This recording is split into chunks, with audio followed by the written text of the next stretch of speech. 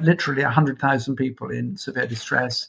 I'd never seen dead bodies lying down the tracks through the bush in the way that I did, and it was both haunting. It was a very extreme experience, and it was definitely for me a Damascene conversion.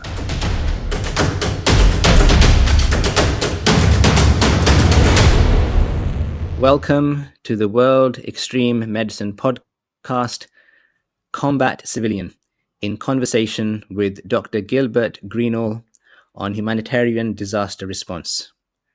I am your host, Pavandeep Singh, and today I am honored and delighted to have with us Dr. the Honorable Gilbert Greenall, CBE, who has a career that spans over 40 years in the management of humanitarian emergencies and post-conflict recovery. After leaving the British Army in 1976 and studying business management at the INSEAD Business School, France, Gilbert went on to train as a doctor. He is also a fully qualified pilot, and his work has taken him, among others, to Sierra Leone, East Timor, Kosovo, Uganda, China, and Afghanistan. Gilbert has been a member of the United Nations Disaster Assessment and Coordination Team since 1997, and his memoir, Combat Civilian, documents his long and exciting career from the jungles of Cambodia, rescuing refugees in the final days of the Khmer Rouge in 1979, to the chaos of Baghdad in 2016. So Gilbert, welcome to the podcast. It's a pleasure having you.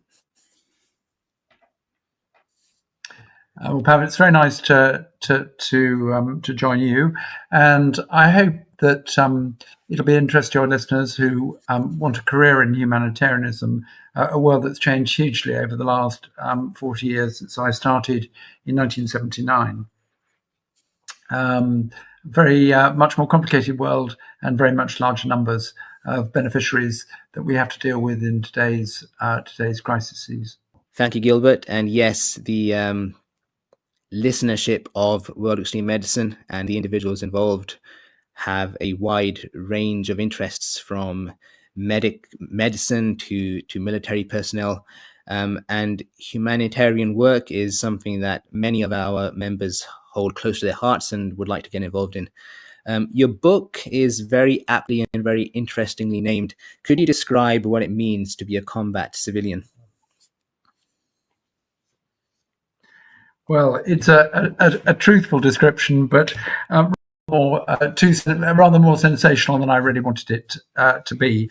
The name comes because when I was working at the Ministry of Defence years ago, I was standing with General Richards, who was then the Chief of Defence Staff, and he introduced me to some of his staff officers. He said, "Here is Gilbert Greenall, he's our combat civilian." And it really was a reference. It's a play on words, of course, between combat soldier, combat civilian, but it was a reference to non-combatants who work in conflict zones, and something that's actually these days very difficult to do because the duties of care, insurance issues, large organizations and charities are very cautious about allowing people to roam around in conflict zones quite correctly. But it is important. Non-combatants are required to do whatever they've gone there to do, and therefore it's a rather truthful description of the work certainly of the book and the work that I've been doing. Now, your first experience of humanitarian work occurred in Cambodia, where you realized that was the way forward for you. Why was that? Well, I'd been at business school, and I'd left the British Army as a 22-year-old. I went straight from school, and then I went on to I did some work experience in the wine trade and brewing and distilling, and I was meant to go to business school and then go back to my family company. But my father thought that business schools were dreadful places where I'd fill my head with silly ideas, and he said, "You can go and try them out elsewhere, but you're not bringing them back to back home." So when I finished at business school, I didn't have a job to go back to, I'd become quite interested in all sorts of other fringe subjects at business school, raw material, policies for countries, power, energy, and development. And there was a guy from the OECD who was teaching about appropriate technology in those days. Very exciting. And I went out to Thailand to look at a project run by a alumnus of INSEAD. And he said to me something that's remained with me all my life. He said, unless these projects have a real economic driver behind them, business driver behind them, they just won't work. And it's been something that's been proved true again and again. And while I was in Thailand, I was at the bar in the Oriental Hotel in Bangkok and met up with the Swiss doctor. And he said, tomorrow I'm going down to the Cambodian border. There's some very bad things happening down there. The world hasn't yet got the wind of this, but the Vietnamese army have been advancing up to Cambodia to push out Pol Pot's army, and all the civilians are coming out on the civilian side on the border with Thailand. And I went down with him, and it was very much a Damascene conversion. I'd never seen literally 100,000 people in severe distress. I'd never seen dead bodies lying down the tracks through the bush in the way that I did.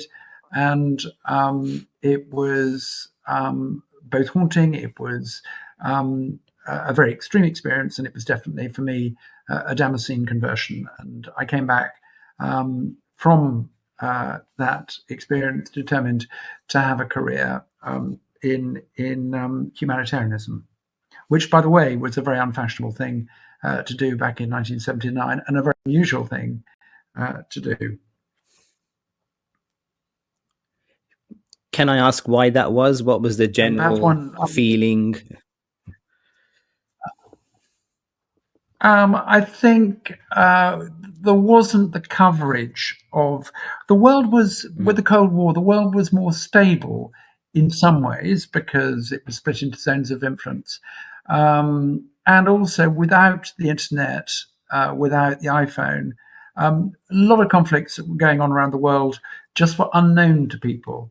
I mean, compared to today, the amount of violence in the world was much greater, but people didn't know anything about it. And it was certainly a very fringe activity. That the NGOs were tiny. The whole world, humanitarian world, was a very, very small one indeed. Mm-hmm. Your decision to go to Iran in 1991, but that was made after a deal organized by the Old Etonian Medical Society. So could you tell us about that a bit more? I came back from Cambodia, which was actually a very short experience of several months. And I came back and I got a job with Oxfam to go to as field director to Uganda. That was a very simple famine relief program up in the northwest. There was a lot of talk about the sort of increasing Sahel problems of increasing dry areas and desert. It was nothing to do with that. It was to do with conflict in Uganda between basically the north and the south. Uganda was in a terrible mess. This is after the fall of Idi Amin. And there was violence, looting, and general mayhem from one end of the country to the other. And I was involved as one of the field directors of Save the Children Fund, Oxfam, the Irish organisation Concern.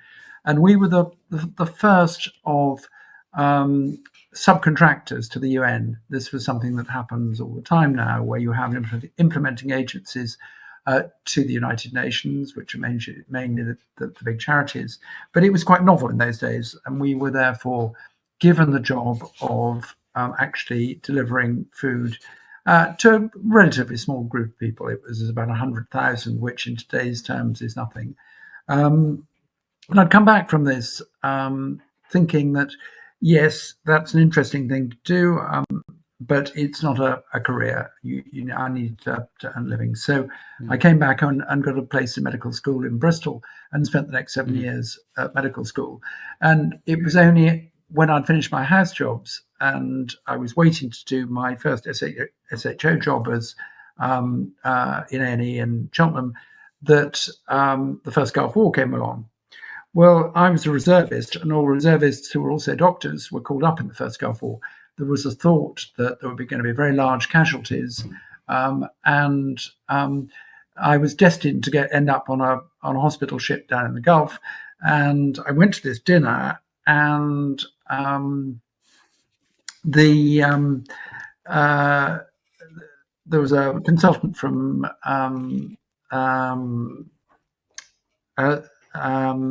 for pediatric consultant who said, you just come back from Iran, where there were loads of Kurdish refugees who'd been pouring over the border, and said, pricked all our consciences. And it was a strange thing. I was at the dinner at all because I don't dwell on being an old Etonian. It's not a place I go to very often. And I'd been persuaded to go to this dinner. And we were all severely tested. Would we go? And I said, of course. And next week, the Red Cross rang me and said, would I like to go as the field director for the Red Cross to Iran? That was a very brief moment because it was impossible to do anything inside Iran because the Iranians took all the humanitarian aid off the Western agencies as soon as it arrived in Iran and said, well, that's very kind of you all, but we will now deal with that. And the way that they treated or thought of the Kurds was way outside what we thought was acceptable. And I realized that nothing was going to really happen. They came back.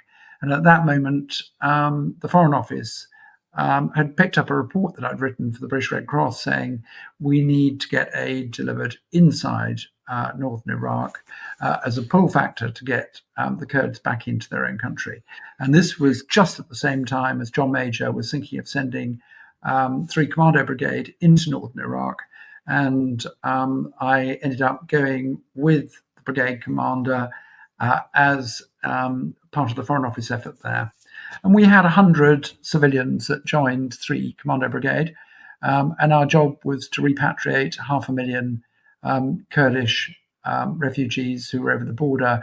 These were all over the border into Turkey rather than Iran. Those ones later came back, but it was 500,000 directly on the Turkish border that we were concerned with.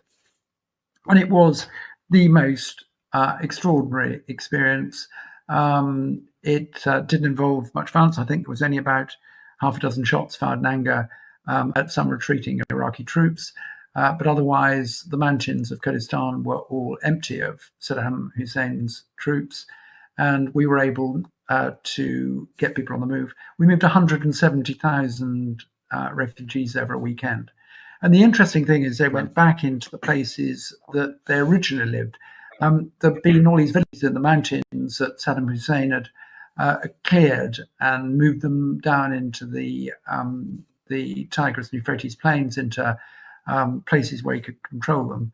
And when they got their tents, and we gave out 50,000 tents in 10 days, I remember, they went back to their original villages. And it was an extraordinarily exciting, positive, and lovely program to be involved with. Yeah, I remember in your book, you there was a line you mentioned where you said, they asked you, what do you need? And you said, I need 50,000 tents. And it came. And that must feel good when actually what you need is delivered, because I'm sure you've felt the opposite of that as well during your years. Well, it probably set me up to think that I mean, I must say that Oxfam was very good in Uganda. They were very good to their word. They had a fantastic quartermaster function in Nairobi, and used to supply me with stuff very promptly. But in later years, you've been quite right. It wasn't always so easy, but it was marvelous to see the Hercules C-130s coming in. Piled high with tents. When you ask for tents, you ask for anything, it came. So it was very, very exciting. So, Gilbert, what would you say are the fundamentals of delivering effective humanitarian aid and assistance? Well, what I'm going to say now, it sounds so obvious, but it's not how mainstream humanitarianism has looked at this problem. If you're dealing with a humanitarian emergency, there are 4 things that are really important in what we used to call Maslow's pyramid of needs. The first one is water and sanitation, because without clean drinking water and sanitation, people will die very quickly. The second thing is some food. The third thing is some shelter. And the fourth thing is access to medical provision. And each humanitarian emergency I've ever been involved with has had those ingredients in slightly different orders or in different priorities, but it's always been the same things. So it's a bit like classical architecture. It's always the same, but it's always different. And it's the proportions that matter. So that's the first point. But what creates a humanitarian emergency is where you have a large group of people who don't have access to those four things.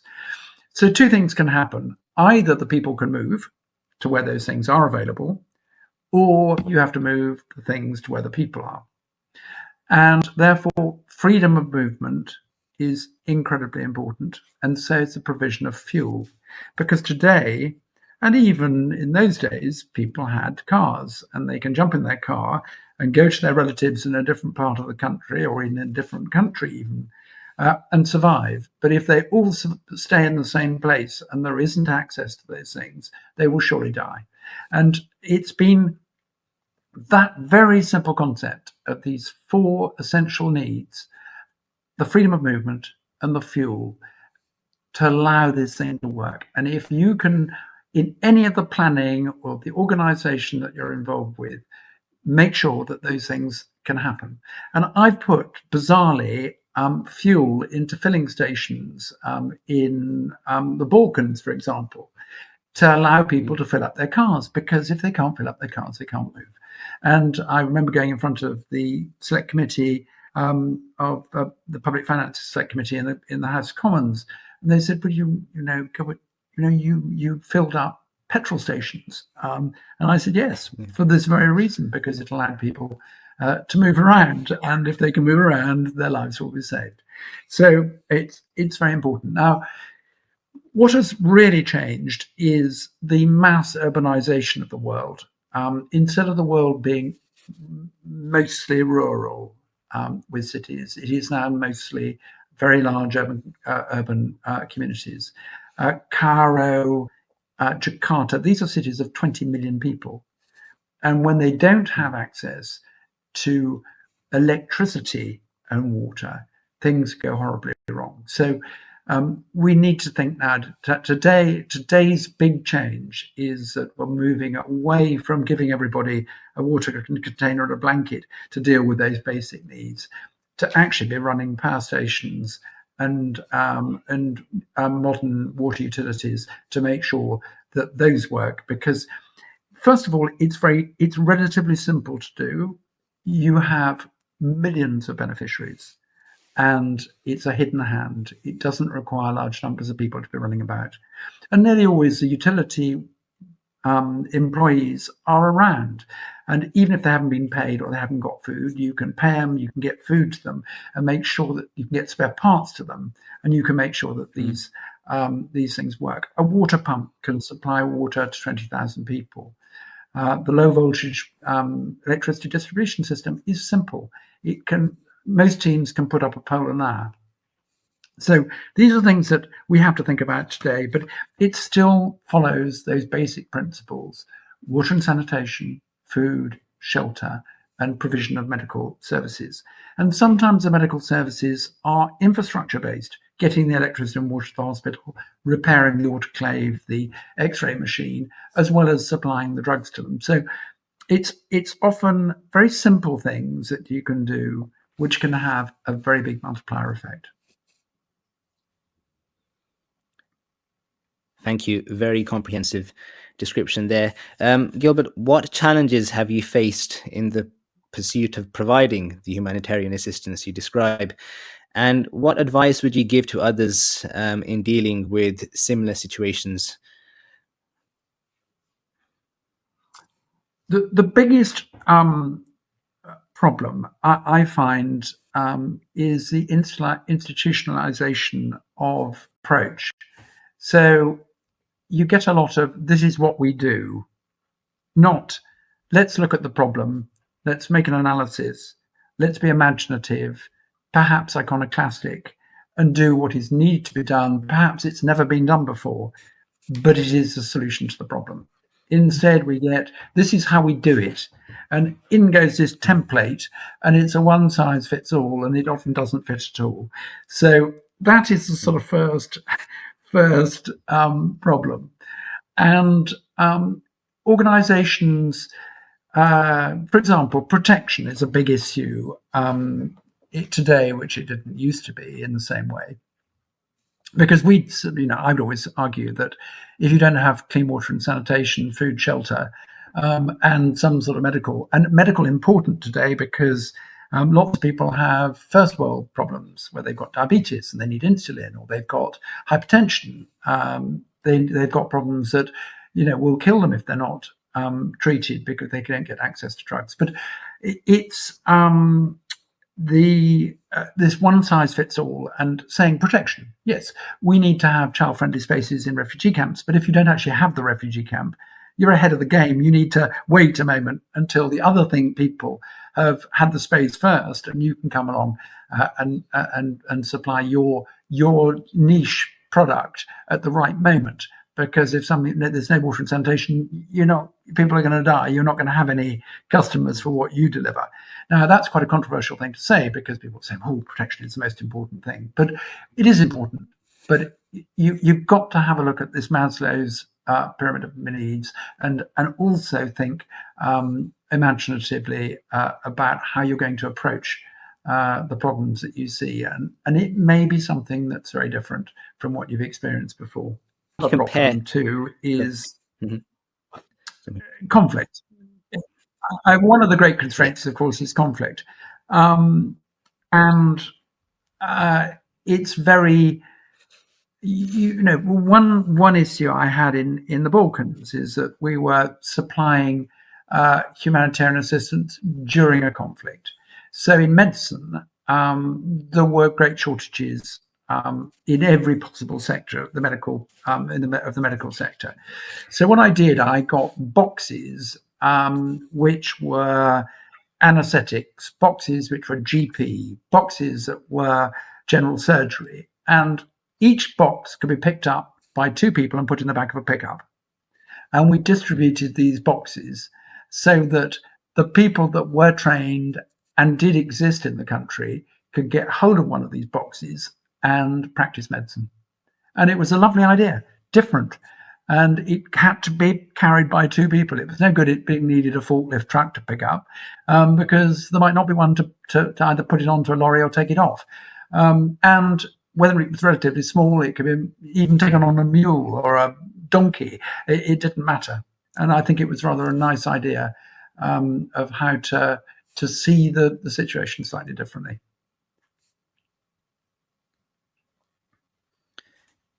How would you compare humanitarian work and aid as it was carried out in, say, the 70s and the 80s to today, and how have you noticed things changing during those years?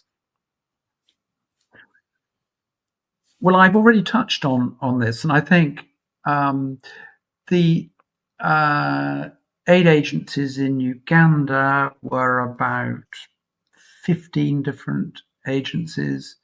By the time we got to one, I think in Albania during the Kosovo crisis, we were up to about 500 trying to operate in the country at the same time. So from a very small group of people, actually quite easy to coordinate, you suddenly got these enormous numbers of people. And the coordination of this has become extremely difficult. And people, after all, don't want to be coordinated very much. You have to remember, when you hear of there must be more coordination, the UN coordinator has no power to tell people what to do. So it has to be done by the use of very good diplomatic and political skills and persuading people that they might be better going to A rather than B, to do X instead of Y. And that requires great skill.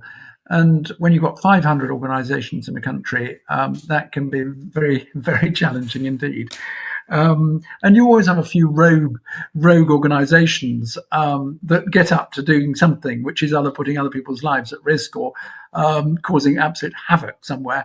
And as we know, when I've been a UN coordinator, trying to get people onto the naughty step and saying, come on, you've got to sharpen up, because if you go on like this, we're going to get the government here to tell you to leave the country, because it's not possible. But I mean, that's happened only in my career in a very, very few number of cases. But it is difficult because these organizations have very different philosophies and different reasons for having been set up in the first place, and sometimes can be very much at conflict with each other. But it's nice to say, I'd say in retrospect, over the course of 40 years, mainly people are pulling on the oar together rather than being disruptive, but it does happen. And I think that back to the question of scale, it's gone from rural to urban, and we are dealing with very large numbers of people. I think that the earthquake recently in Turkey, although I didn't go myself, the importance of getting utilities back, water and electricity, was paramount, because you can reach so many people, and you can start what is referred to as normal market mechanisms. Once the electricity is back, the fuel stations can pump out fuel, vehicles can move about, hospitals can function, businesses can function, and the thing is self-generating. So it's an incredibly important idea. And I'm looking at this issue. I believe the International Committee of the Red Cross have now picked up on water and electricity as a major thing to look at, and are already doing some rather wonderful things in this field. Thank you, Gilbert. You've given us a very in-depth description of the basic fundamentals of humanitarian aid, and hopefully I really believe our listeners will really find that very useful, and also to see how things have changed, the challenges people face on the ground. But I want to now move on to, I guess, more of the emotional aspect of this type of work. Throughout your years, you would have seen and witnessed quite distressing and terrible events. How have you remained focused despite these things going on around you? Well, I think I'm going to. So there's one issue which I know that you were interested in. I'm going to bring up first, which is Antoine de Saint-Exupéry said, "It's not the things that matter; it's your attitude towards them." Now, it may be a rather bizarre quote that comes at the beginning of my book, but I think it's quite important, because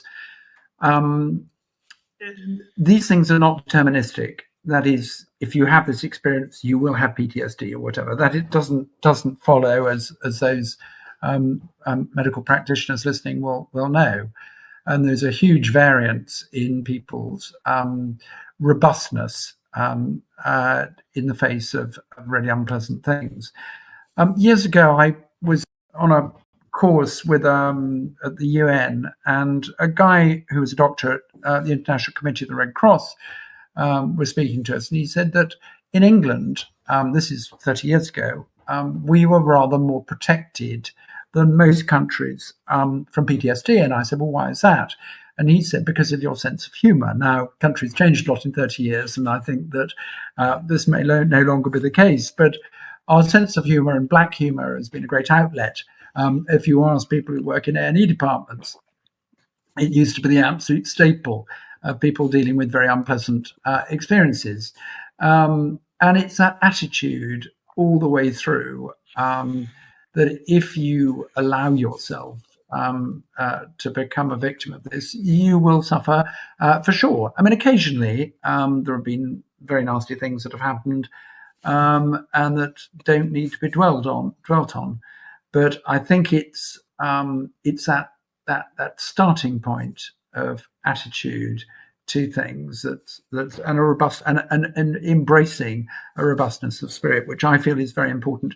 And I think if you're not the right sort of person, then perhaps you should steer away. It's like, these things are self-selecting, and probably the accident and emergency department is one of them too. And if it's not your bag, then it's probably not an advisable one to embrace. But I think the other thing is concentrating on the job in hand. If you've got a very big and difficult job to do, break it down into small parts. And this is how do you remain focused? You break down a very intangible and difficult task into bits that are doable, and give all your energy into each part of the problem and making sure that it's done, and therefore the next one's done and the next one, and then hey presto, the whole thing begins to come together. So a bit of attitude and a bit of pragmatic management is the answer probably to your question. Not easily, because we live in a world today where sentiment, emotion is allowed to rule supreme. When I was a child, I was born in 1954, there was definitely a hierarchy where your brain was in charge of and your emotions came second and your physical makeup came third. Now, these are rather old-fashioned ideas, but there always was you're in charge, and get a grip was the sort of expression my mother would have used. And it's not something that you hear very often today. And in fact, people say, oh, yeah, that is an absolute heresy. But it's certainly, if you allow yourself to wallow in these things, you will end up in the ditch. Thank you. Yeah, really good words. And unfortunately, yes, things seem to have changed somewhat nowadays, where we tend to where it's a lot easier to fall into that trap of becoming a victim, I'd say. You've touched upon it, but for our younger listeners or our less experienced listeners, such as myself, how can we prepare and learn to apply that strategy in our day-to-day lives? So before we even go out to the disaster zone, there's steps we can take, like you mentioned about breaking down big problems. So I guess we can take problems we face at home, work, family, etc., and breaking them down and using that as a mental training, perhaps, to build up that resilience. I think that's true, because when we get overwhelmed by problems, it's because we can't see a way through the whole problem, and therefore by breaking them down into bits that you can deal with, you have a sense of progress, a sense of fulfillment. And you have to remember that all humanitarian assistance is, Oxfam used to have an expression, each drop of rain makes up the ocean. And some very simple things can be very valuable. It was the story of the child throwing starfish into the sea after a very high tide, and someone saying, well, look, the whole beach is littered with these things. You're not making much of a difference. And as a child throws one of them into the sea, well, it makes a difference for that one. And I think it's a rather nice analogy, because you can do, if one person's life is improved, that's enough. And to think you can save the world, no. I mean, most humanitarian programs sort of end largely in failure, because you can only grip a tiny proportion of the problem. And by the time you've been and gone in the few months that you're going to work on it, the impact of that event is going to be a lifetime on the population of that country, or some of those individuals that lose their limbs or their sight or whatever, or very, very badly injured. And so we can only do a small amount, and therefore not to feel that you're going to complete something. I'll give you an example. Always I feel that the job is half finished when I come home, but I hold to this principle that a drop of rain is what makes up the ocean. And the one program that seemed almost perfect, which was the Khmer Rouge famine relief program that I took part in 1980-81, that was intellectually very sound. It had an emergency program of 1 year, followed by a development program to follow it, to deal with the causes of the famine. And it all looked so elegant.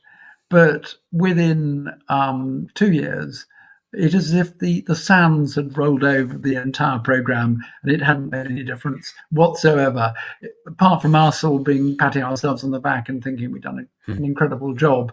But a friend of mine who stayed on said, you've no idea, it made no difference at all. Now, of course, it made a difference to those that have been saved. But in terms of dealing with the much larger problems in that part of the country, it was going to be generational before things changed. And I think we can, if we go with expectations that we're going to change the world radically, we're probably not going to be.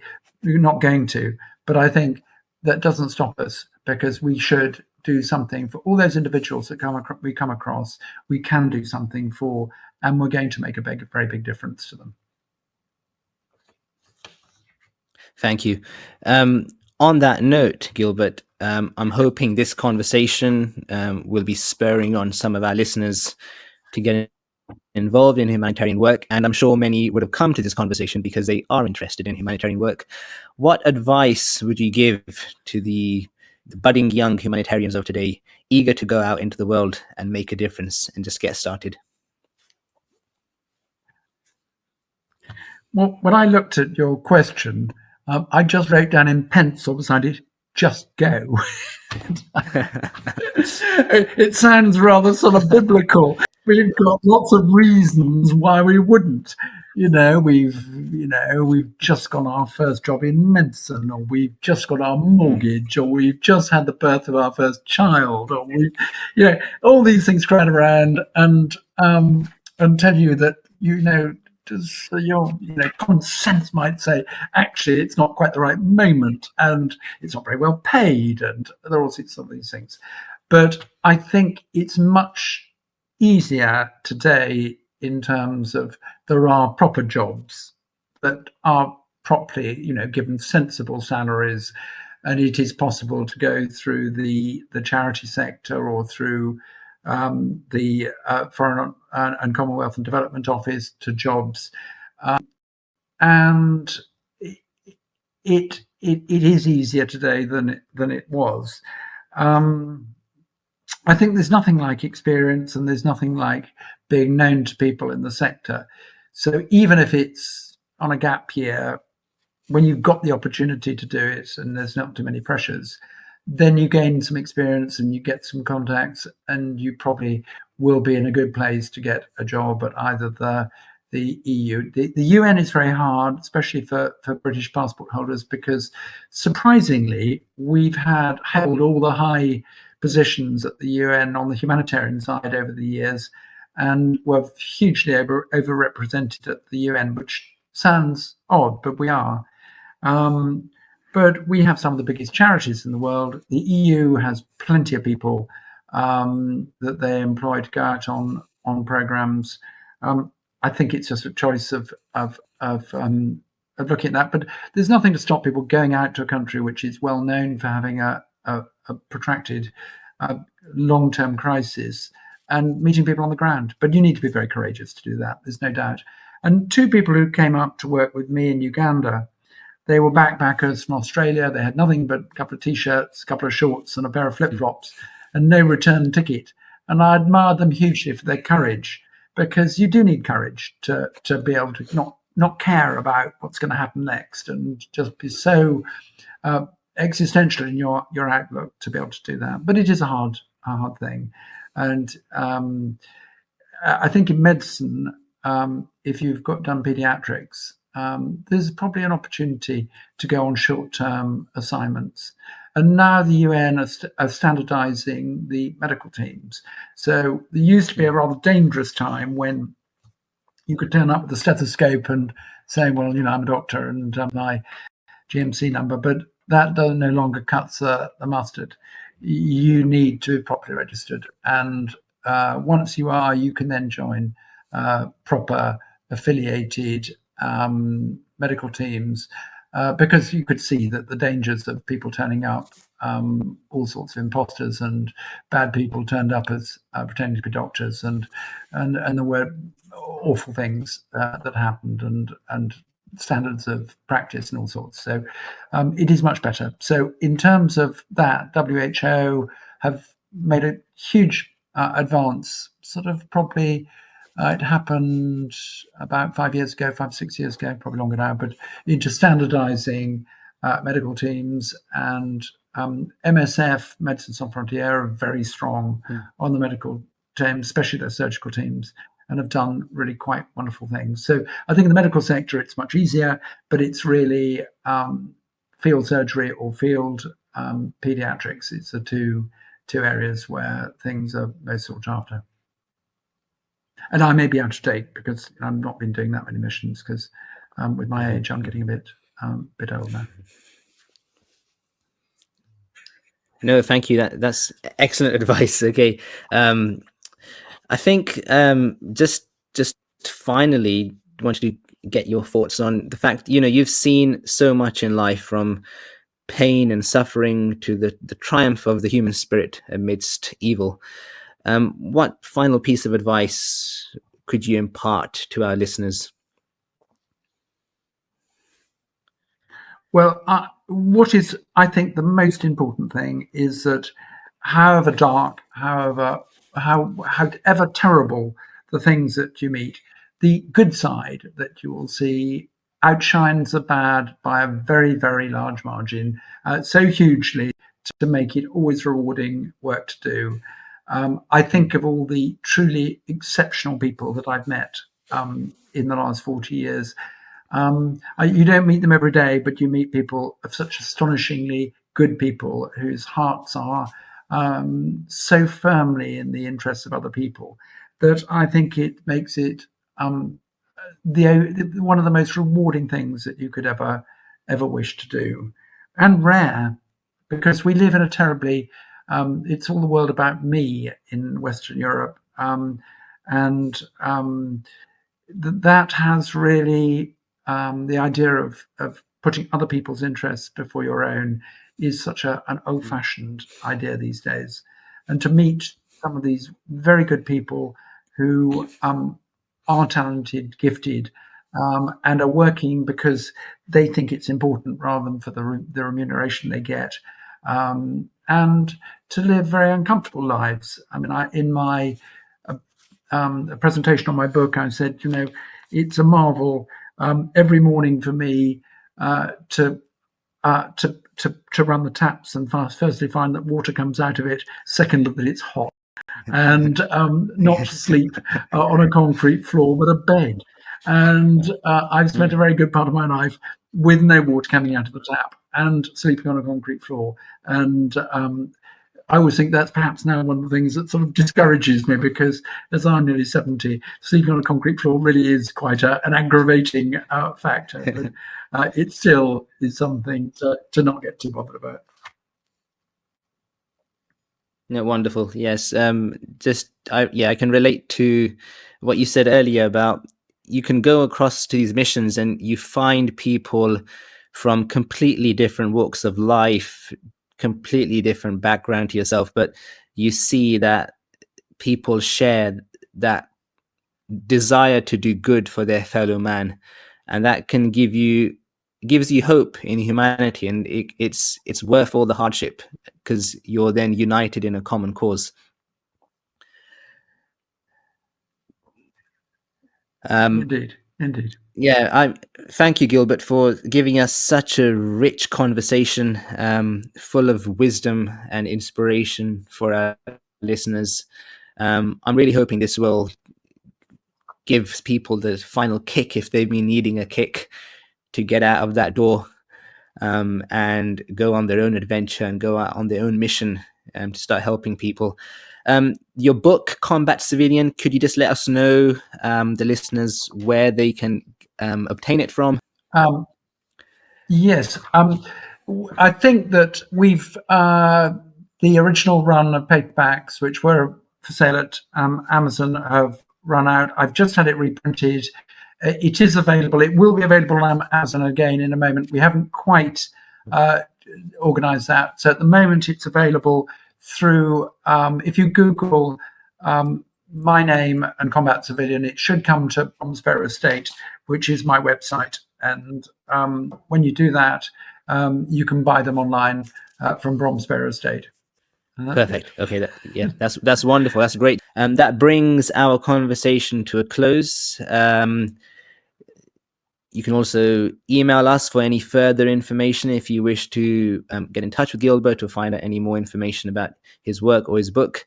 And just a final reminder, the World Extreme Medicine Conference will be coming back this November in Edinburgh, where pretty much the entire World Extreme Medicine community gathers and shares inspiration, stories, and friendship and fellowship. So I thank you all for your time. Gilbert, once again, thank you so much for giving us this time out of your busy schedule. It's been incredibly useful, incredibly inspiring, and it's filled me with hope, and I hope it's filled our listeners with hope as well. Thank you. Well, thank you. Thank you all for listening. Bye. Thanks for listening to the episode. Please feel free to rate, review, and subscribe on whichever platform you're listening to. Please also head over to the World Extreme Medicine website, where you can find more engaging content on extreme medicine webinars and indeed the collection of courses from our global network, including humanitarian, disaster relief, expedition, space, military, tactical, and performance medicine. Thanks again.